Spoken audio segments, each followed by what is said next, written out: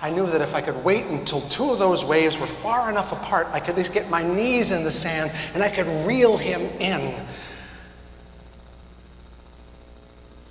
And I did. Hardly anybody around us saw this going on. But there we were, shivering and frightened, and he was crying and all messy. And I was covered with sand, and my knees were all skinned and bloody because I had dug them into the sand so hard, and I was shivering too, I got to tell you. Because not only had I come very close to losing my son to the sea, it was a replay of a moment in my own life when I was 7, and I was in a lake and couldn't come up for air right away.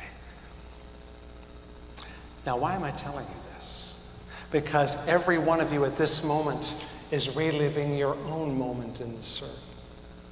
Whether it's in the ocean, or in an automobile accident, or with illness, or with some other moment when life came out from under you like a rug being tugged, and you did not know up from down or left from right, and you were terrified. When the waters closed in, when the earth trembled, and the sky turned red, and whenever that happens, what's the thing you want to do? Get the bloody heck out of there. You will grasp at anything that is sturdy because you know the alternative is obliteration. Why am I telling you all this? Because in this rational, free, thoughtful, mature, wise church of ours, this is where it all begins.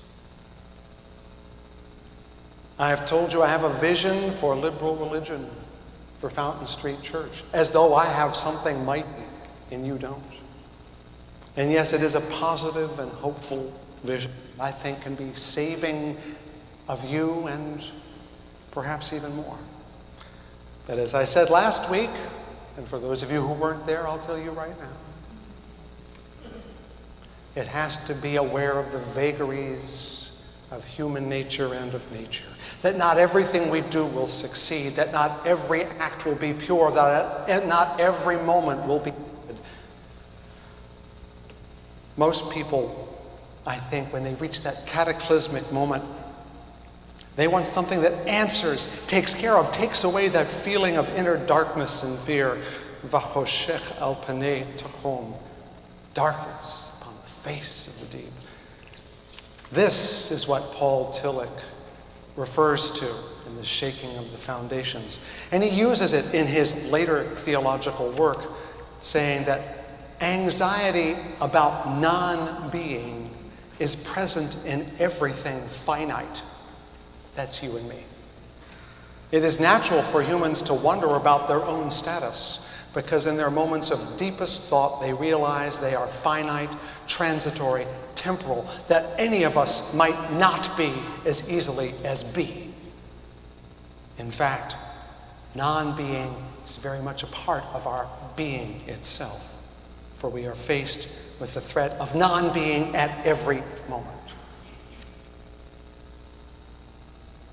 What Tillich is saying is that we all have to deal with the reality that we will not be at some point in the future. And what does that say about us and about the universe?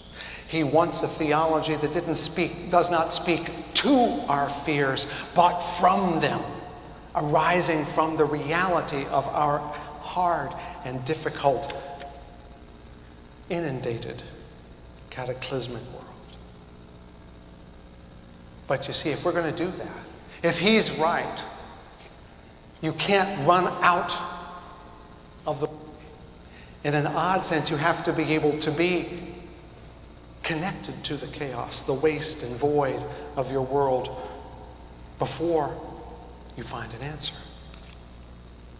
In other words, we all have to learn how to swim if we're going to get to shore.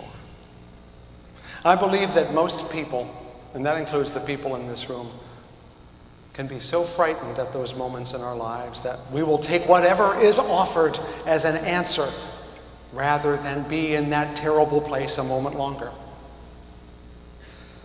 I can only tell you about my experience. You have yours. Somewhere around the age of 6 or 7, maybe 8. Remember when I told you about almost drowning? Well, it's around that time, but at least my memory tells me it's not the same moment. I was lying in bed one night, and of course, growing up in a good, liberal, agnostic house, I thought deep thoughts, even at 7 years old. Beware of deep thoughts at any age. That's where the deep opens up, because I realized some night, somewhere there, I'm going to die. I might live a really long time, but it was going to happen. And to me, not growing up in a place where there was a nice armature of salvation, that meant just not being. Paul Tillich had no idea. His work had such a profound effect on me that it got to me even before I read it. But I got to tell you, it was a moment of existential terror. I was so rattled by the reality that my non-being was inevitable that I literally jumped out of bed. It was that terrifying. But I kept it to myself. This is not the kind of thing you share with your family or friends. You just know that there are certain inner turmoils you just don't hand out.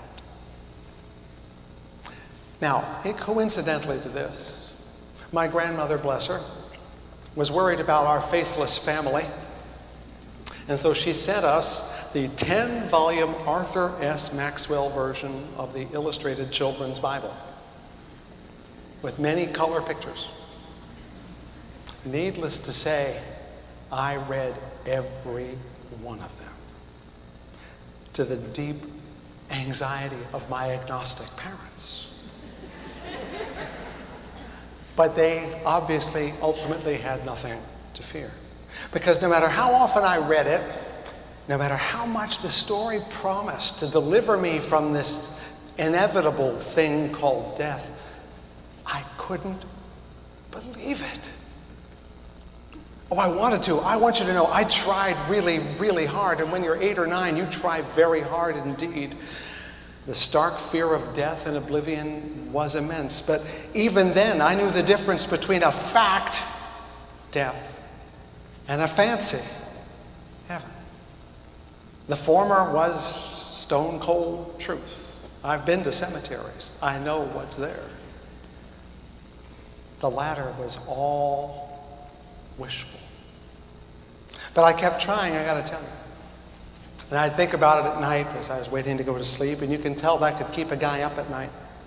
So I started listening to the radio to kind of distract myself. Now I'm listening to the radio in Baltimore, Maryland, where I'm growing up at this age.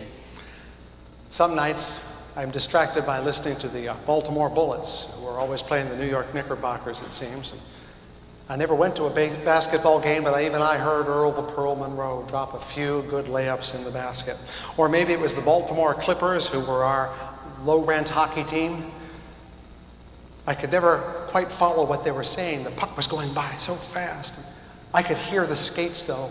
I knew something exciting was going on. But you see, on Sunday, they didn't have anything really distracting on. The only thing I would be able to get was radio Bible class.